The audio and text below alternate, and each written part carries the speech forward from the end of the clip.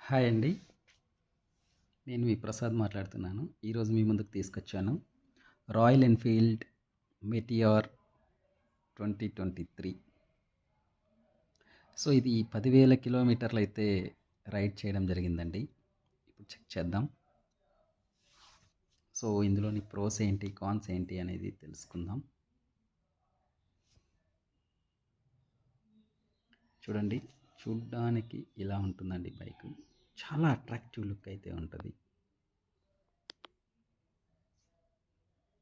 ఇప్పుడు చూడండి, cap open చేసి చూద్దాం. 10,700 కిలోమీటర్స్ అయితే తిరగడం జరిగిందండి.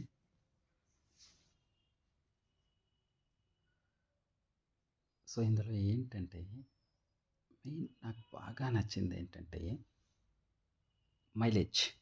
ఈవెన్ ఇది 350 సీసీ బైక్ అయినప్పటికీ దీని మైలేజ్ అనేది చాలా బాగుంటుందండి. హైవేస్లో వెళ్ళినప్పుడు, లాంగ్ రైడ్స్కి వెళ్ళినప్పుడు దీని మైలేజ్ 35 పైనే వస్తుందండి. 35, 38 కూడా వచ్చింది నేను చెన్నై ట్రిప్ వెళ్ళినప్పుడు. అది నాకు బాగా నచ్చింది. ఇప్పుడు దీంట్లో నాకు బాగా నచ్చిన విషయాల గురించి చర్చించుకుందాం. దీని లుక్కే నాకు ఫస్ట్ బాగా నచ్చిందండి. చాలా అంటే చాలా బాగా నచ్చింది. ఫస్ట్ దీని బ్రేక్స్ గురించి మాట్లాడుకుందాం. ఫ్రంట్ అయితే వైబ్రీ క్యాలిపర్స్తో 300 డిస్క్ బ్రేక్ ఉందండి, చాలా బాగుంటుంది. బ్యాక్ వచ్చేసరికి 270 డిస్క్ బ్రేక్ ఉంది, అది కూడా బాగుంటుంది. ఎంత స్పీడ్లో అయినా ఈజీగా బండి అనేది ఆగిపోద్దండి మనం బ్రేక్ ప్రెస్ చేయగానే. ఆ స్కిడ్ అవ్వడము అలాంటిది ఏమి ఉండదండి.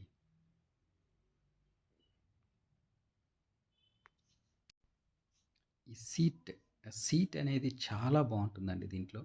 ఈ కంఫర్టబుల్ సీట్ అనేది దొరుకుతుందండి ఇందులో. మనం కూర్చొని రైడ్ చేసేటప్పుడు అది చాలా బాగుంటుంది. ఒక సోఫా మీద కూర్చున్నట్టయితే ఉంటుంది. ఈవెన్ 300 కిలోమీటర్స్ అయినా ఈజీగా వెళ్ళిపోవచ్చు అనే విధంగా ఉంటుంది. అంత మంచి సీట్ అయితే వచ్చిందండి ఇందులో. కానీ బ్యాక్ కూర్చునే వాళ్ళకి అంత కంఫర్టబుల్ అనిపించకపోవచ్చు, కానీ ఫ్రంట్ రైడర్కి అయితే అద్భుతంగా ఉంటుంది. ఇది నేను లాంగ్ డ్రైవ్స్ చాలా చేశాను కాబట్టి నేను ఖచ్చితంగా కాన్ఫిడెంట్గా చెప్పగలను. చూడండి, ఏ లుక్ నుంచి చూసినా బైక్ అద్భుతంగా కనిపిస్తుంది.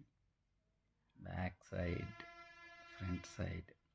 సో వీళ్ళు ఇంకోటి ఏంటంటే బ్రాండింగ్ అనేది ప్రతి చోట కనిపిస్తుందండి. ఫుట్ పెగ్స్ పైన, ఈవెన్ సైడ్లో, ఇంజన్ పైన, ఎక్కడ చూసినా ప్రతి చోట వీళ్ళ బ్రాండింగ్ అనేది బాగా కనిపించేట్లు చూశారు. కానీ ఫిట్ అండ్ ఫినిష్, క్వాలిటీ, ఈ క్వాలిటీ అనేది అద్భుతంగా ఉంది. ఈ బైక్ 190 కిలోలు అయినప్పటికీ అద్భుతంగా ఉంటుందండి. రైడ్ చేయడానికి ఈజీగా ఉంటుంది, చాలా కంఫర్టబుల్గా ఉంటుంది. హ్యాండిల్ బార్ వైడ్ ఇవ్వడం జరిగింది. దానివల్ల మీకు ఒక కంఫర్టబుల్నెస్ అనేది తెలుస్తూ ఉంటుంది రైడ్ చేసేటప్పుడల్లా కూడా. దీన్ని ఇంకా ఇంజన్ విషయానికి వస్తే, engine 350 CC engine, 20 bhp power వస్తుందండి. ప్రతి గేర్లోన మీకు పవర్ అనేది తెలుస్తూ ఉంటుంది. ఈవెన్ సెకండ్ గేర్లో వెళ్ళినప్పుడు అయితే కనుక ఈవెన్ 40 to 45 స్పీడ్స్ కూడా ట్రాఫిక్లో మీరు గేర్ షిఫ్ట్ చేయకుండా ఈజీగా వెళ్ళిపోవచ్చు. ఇంజన్ అనేది అలా డిజైన్ చేయడం జరిగేది. గేర్ షిఫ్టింగ్ ప్యాటర్న్ కూడా చాలా బాగుంది. థర్డ్, ఫోర్త్ గేర్లో యూ కెన్ క్రాస్ 80 ఆల్సో అండి. అంత ఈజీగా వెళ్ళిపోతుంది. So no need to worry about the speed and gears. ఇంకా ఫిఫ్త్ గేర్ వేసాక యూ కెన్ రీచ్ 100, 110. నేనైతే టాప్ స్పీడ్ వెళ్ళింది ఇందులో 120 అండి. సో వెళ్ళొచ్చు, కానీ బట్ 100 స్పీడ్లో అయితే బాగుంటుంది. వైబ్రేషన్స్ అనేవి కనిపించకుండా చాలా బాగా ముందుకెళ్తుంది బైక్. సో అదేవిధంగా దీంట్లో బ్రేక్స్ అనేది కూడా చాలా బాగుంటాయి.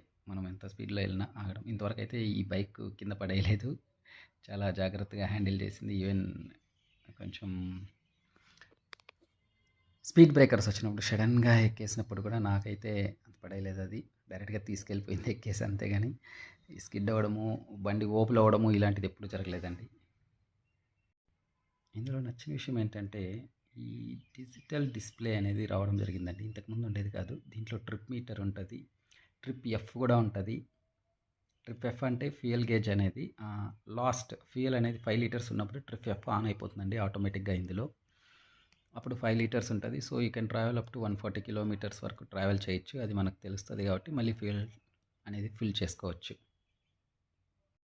మనము ఏ విధంగా చూసినా ఈ బైకు అద్భుతంగా కనిపిస్తుందండి. ఎటువైపు నుంచి చూసినా చాలా బావుంటది. నాకైతే ఆ ట్యాంక్ చూడండి ఎలా ఉందో. ఒక ఫినిష్ అనేది చూడ్డానికి ఒక వెరీ బిగ్గర్ బైక్ అనిపిస్తుందండి. కూర్చున్నప్పుడు కూడా touch and feel, quality, everything you will feel great. అంత అద్భుతంగా కనిపిస్తూ ఉంటది. ఈవెన్ వాళ్ళిచ్చిన ఆ యొక్క మోడల్ నేమ్ అనేది చాలా బావుంటుంది. ఆ మోడల్ కూడా మనకు ఆ బ్రాండింగ్ ప్రతి చోట మెన్షన్ చేయడం కూడా నాకు అద్భుతంగా నచ్చింది. ఎందుకంటే ఆ క్వాలిటీ వాళ్ళు బిల్డ్ చేస్తున్నారు. ఆ టైర్స్ చూడండి. ఆ టైర్స్‌కి కూడా రాయల్ ఎన్‌ఫీల్డ్ బ్రాండింగ్ అనేది వచ్చింది. ఇది ఆటోమేటిక్‌గా. ఇంకోటేంటంటే ఈ అలాయ్ వీల్స్ అనేది నాకు నచ్చాయండి. రాయల్ ఎన్‌ఫీల్డ్ ఇంతకుముందు స్పోక్ వీల్‌తో వచ్చేది. ఇప్పుడు alloy wheels with diamond cut alloy wheels. అది చూడండి. ఆ క్రోమ్ ఫినిష్ కూడా నాకు బాగా నచ్చింది ఇందులో.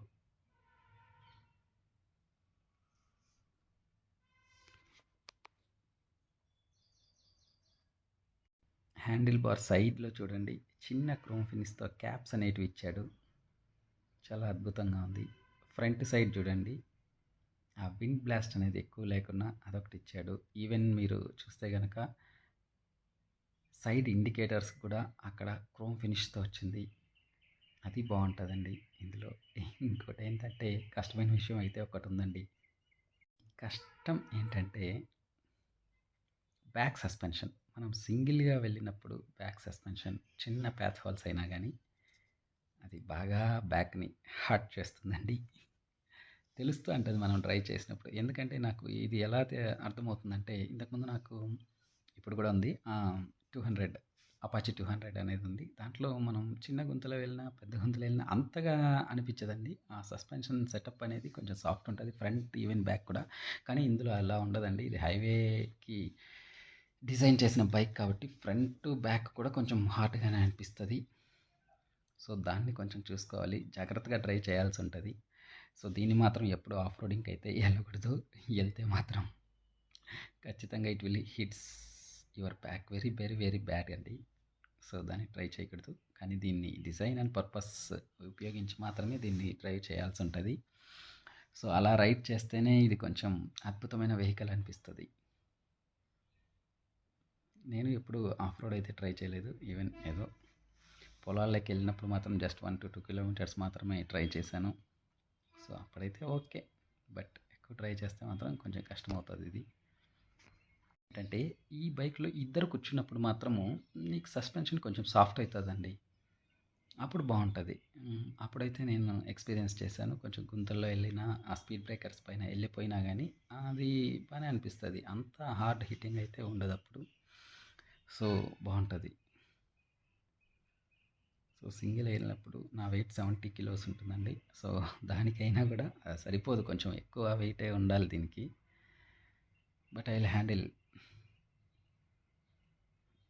ఇంకోటేంటంటే దీనికి కొంచెం రస్టింగ్ ఇష్యూ ఉందండి. ఇప్పుడు ఇది 2 ఇయర్స్ అయింది. అక్కడక్కడ చిన్న చిన్నగా రస్ట్ అయినది వస్తుంది. పైకి కనిపించకపోయినా మనకు తెలుస్తూ ఉంటది. ఎందుకంటే డీప్‌గా అబ్జర్వ్ చేసినప్పుడు మాత్రమే ఆ రస్టింగ్ ఇష్యూ అనేది కనపడడం జరుగుతది. సో, అదైతే ఉంది. ఈ బైక్ ఎప్పుడు గానీ నీట్‌గా ఉంచుకోవాలండి. నీట్‌గా ఉంచుకుంటే చాలా అద్భుతంగా ఉంటుంది. చూడ్డానికి మీకు ఒక లైకింగ్ ఉంటది. రోజు తోలుదామనే ఒక ఫీల్ అనేది కలిగిస్తుంది ఇది. నాకైతే అలా అనిపిస్తది. నేనైతే బైక్‌ని చాలా నీట్‌గా ఉంచుకుంటాను. సో, అది ఏంటంటే మనం ఎక్కువ సేపు గనక ఫస్ట్ గేర్, సెకండ్ గేర్‌లో రైడ్ చేశామనుకోండి, ఇంజిన్ అనేది చాలా హీట్ వస్తుందండి. ఆ జీన్స్ ప్యాంట్ వేసుకున్నప్పుడు మాత్రమే మీకు ఆ హీట్ అనేది తెలియదు. ట్రాఫిక్‌లో గనక ఫస్ట్ గేర్, సెకండ్ గేర్‌లో ఎక్కువ రైడ్ చేస్తూ ఉంటే ఖచ్చితంగా జీన్స్ ప్యాంట్ వేసుకోండి. లేకపోతే మీ కాళ్ళు చాలా హీటప్ అవుతాయి. అది మనకి ప్రతిసారి తెలుస్తూనే ఉంటుంది. సో, దాంట్లో కొంచెం ఇబ్బంది పడాల్సొస్తుంది. మిగతా విషయాల్లో అంతా ఓకే. ఒకసారి చూసుకోవాలి. సైలెన్సర్ అనేది చాలా పెద్దగా ఉంటది. మీరు కాలు కింద పెట్టినప్పుడు డైరెక్ట్‌గా టచ్ అయిందనుకోండి, చర్మం గూడా వచ్చేస్తది ఆ హీట్‌కి. సో, అది కొంచెం చూసుకోవాల్సుంటది. కొంచెం దూరంగా లెగ్స్ అనేది పెట్టుకోవాలి. మిగతా బైక్స్ లాగా కాదండి ఇది. చాలా దూరంగా పెట్టుకోండి. ఈవెన్ రైడ్ చేసేటప్పుడు లెఫ్ట్ సైడ్ ఒరిగినప్పుడు అలాంటి సమయంలో గూడా కొంచెం చూసుకోవాల్సుంటది దీనికి. ఇంకోటేంటంటే ఇందులో నేను బ్యాక్ సీట్ అనేది కొంచెం ఎక్స్‌టెండ్ చేశాను. ఆ క్లిప్స్ అనేది బ్యాక్‌కి బిగించాను. కాబట్టి వెనకాల కూర్చునే పిలియన్ రైడర్‌కి కొంచెం కంఫర్ట్ అనేది దొరుకుతది. బ్యాక్ ఆనుకొని కూర్చోవచ్చు. సో, లాంగ్ రైడ్స్‌లో ఇది బాగా యూజ్ అవుతది. నేను దీనికి ఒక ఎక్స్‌ట్రా సీట్ కూడా కొన్నానండి. అది తర్వాత చూపిస్తాను. అది కూడా యుటిలైజ్ చేసుకోవచ్చు. 2 సీట్స్ అనేటివి ఉన్నాయి. ఈవెన్ రైడర్‌కి ప్లస్ పిలియన్ రైడర్‌కి 2 కొన్నాను. సో, అప్పుడు ఆ సీట్స్ 2 కూడా లాంగ్ డ్రైవ్ వెళ్ళడానికి ఇద్దరికీ బాగా యుటిలైజ్ అవుతది. మీకు అది తర్వాత చూపిస్తాను. ఇంకేంటంటే మైలేజ్ మీరు లాంగ్ డ్రైవ్ వెళ్ళినప్పుడు మాత్రం బాగా మైలేజ్ వస్తది. సో, 38 కిలోమీటర్స్ అయితే ఎక్స్‌పెక్ట్ చేయొచ్చు. నేను చెన్నై, విజయవాడ వెళ్ళినప్పుడైతే అప్ టు 40 వరకు కూడా వచ్చింది. నేను 80 స్పీడ్స్‌లో వెళ్తానండి హైవేస్‌లో వెళ్ళినప్పుడు. అప్పుడైతే బాగానే వచ్చింది. ఈవెన్ 100 కిలోమీటర్స్ దిక్కున రైడ్ చేసినప్పుడు చాలా బాగా అనిపించింది. సో, మంచి కంఫర్టబుల్‌తో కూడిన రైడ్ అయితే దొరికింది. I enjoyed really. ఇంకోటేంటంటే ఇందులో సో, మీరు ఫ్యూయల్‌కి ప్రతిసారి ఓపెన్ చేయనవసరం లేదు. ఎందుకంటే 15 లీటర్ల పెద్ద ట్యాంక్ వస్తుంది. సో, అది మంచి విషయం ఇందులో.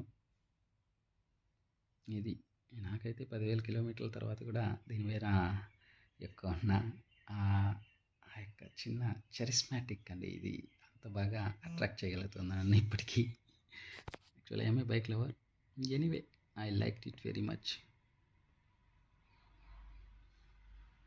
ఓకే అండి. ఇది ఇంతటితో రాయల్ ఎన్ఫీల్డ్ గురించి. Thank you for all seeing my video.